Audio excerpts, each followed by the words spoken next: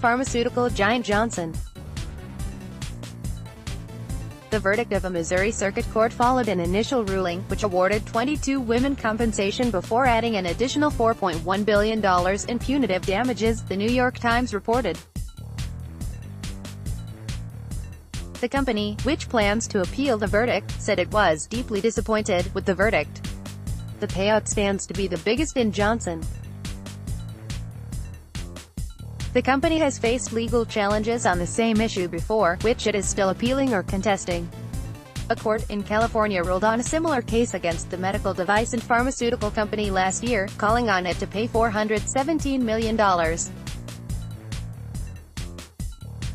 A judge, however, has since overturned that verdict.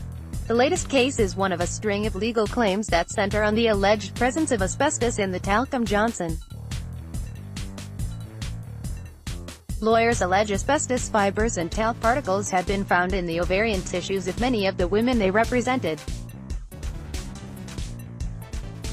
Pharmaceutical companies use talc to produce talcum powder, among other products.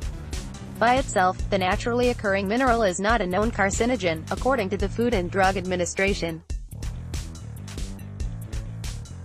Asbestos, however, which can contaminate talc if not carefully extracted or purified, is a carcinogen.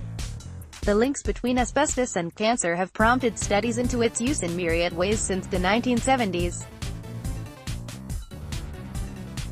Johnson. The watchdog agency did not find asbestos contamination. However, Mark Lanier, a lawyer for the women suing the company, said both the agency and the company used flawed testing methods, preventing them from detecting the possible presence of asbestos fibers.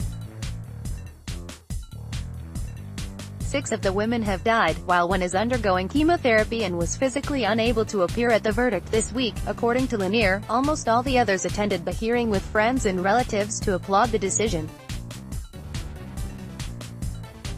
There were people crying, people hugging, he said. It's been quite an emotional scene.